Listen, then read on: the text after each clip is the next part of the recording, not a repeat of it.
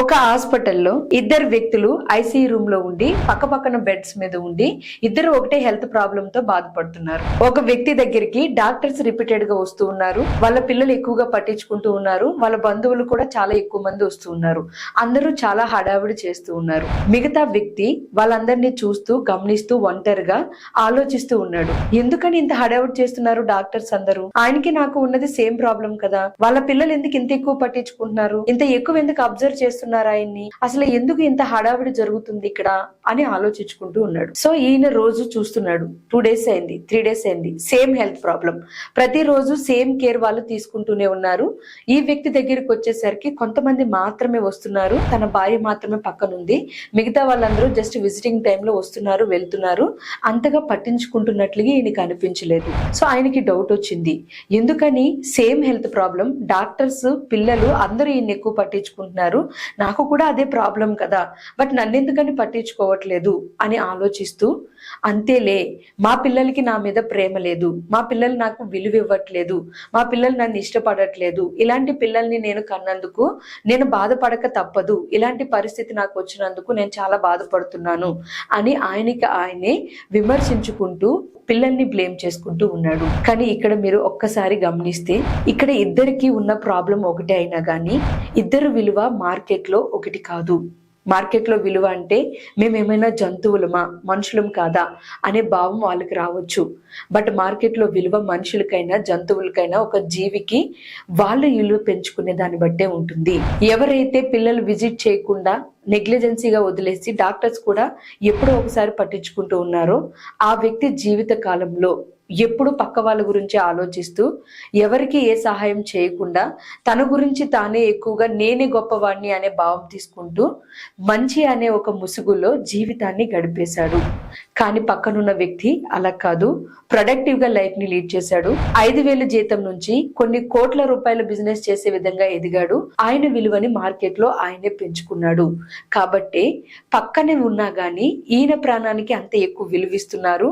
ఆయన ప్రాణం ఇంకొన్ని రోజులు నిలబడాలి, ఆ మైండ్ ఇంకొన్ని రోజులు ఉండాలి అని అందరూ కోరుకుంటున్నారు. బట్ ఈయన విషయానికి వచ్చేసరికి ఆయన విలువని ఆయన పెంచుకోలేదు సరికదా, ఆయన విలువ పక్క వాళ్ళలో ఉంది అని చెప్పి భార్యని బ్లేమ్ చేయడము, పిల్లల్ని బ్లేమ్ చేయడము, వాళ్ళ విలువ ఇవ్వట్లేదు కాబట్టి ఆయన జీవితం అలా ఉందని భావించడము, ఫస్ట్ నుండి అదే చేశాడు. బెడ్ మీద ఉండి కూడా అదే చేస్తున్నాడు. సో మళ్ళీ ఒక్కసారి చెప్తున్నాను, మై డియర్ ఫ్రెండ్స్, మీరు ఒక్కసారి ఆలోచించండి. మార్కెట్లో ఒక వ్యక్తి యొక్క విలువ ఎవ్వరూ పెంచరు. భార్య గాని, భర్త గాని, పిల్లలు గాని, సొసైటీలో ఉన్న వ్యక్తులు గాని ఎవ్వరూ ఆ వ్యక్తి యొక్క విలువని పెంచలేరు. ఒకే ఒక్కరు మాత్రమే పెంచగలరు ఒక వ్యక్తి విలువ, అది వాళ్ళే. అంటే మీ విలువని మీరు మాత్రమే పెంచుకోగలరు. మీ పరిస్థితులు వ్యతిరేకంగా ఉన్నాయి అన్నా, నెగిటివ్ పరిస్థితులు మీకు ఎక్కువగా ఉంటున్నాయి అన్నా, మీ విలువని మీరు పెంచుకుంటున్నారా? ఎప్పటిలాగానే నార్మల్ గా ఉండి మీ జీవితాన్ని గడిపేస్తూ ఉన్నారా? మీ విలువని మీరు పెంచుకుని మీ జీవితంలో ముందుకు వెళ్తున్నారా? గమనించండి. ఎప్పుడైతే మీరు మీ విలువని పెంచుకుంటారో అప్పుడు ఆటోమేటిక్ గా మీ తల్లిదండ్రులు విలువిస్తారు, బంధువులు విలువిస్తారు, పుట్టిన పిల్లలు విలువిస్తారు, కట్టుకున్న భార్య విలువిస్తుంది, అలాగే కట్టుకున్న భర్త కూడా విలువిస్తాడు. ఎప్పుడైతే మీ విలువని పక్క వాళ్ళలో మీరు వెతుక్కుంటారో ఎప్పటికీ మీ విలువ పెరగదు సరికదా. ప్రతి ఒక్కరు మిమ్మల్ని పక్కన పెట్టేసి బెడ్ మీద ఉన్న సమయంలో కూడా పట్టించుకోకుండా వదిలేసే సిచ్యువేషన్స్ అనేవి వస్తూ ఉంటాయి. సో గమనించి ఇప్పటి నుంచైనా మీ విలువని పెంచుకోవడానికి మీరేం చేయాలో ప్రయత్నించండి.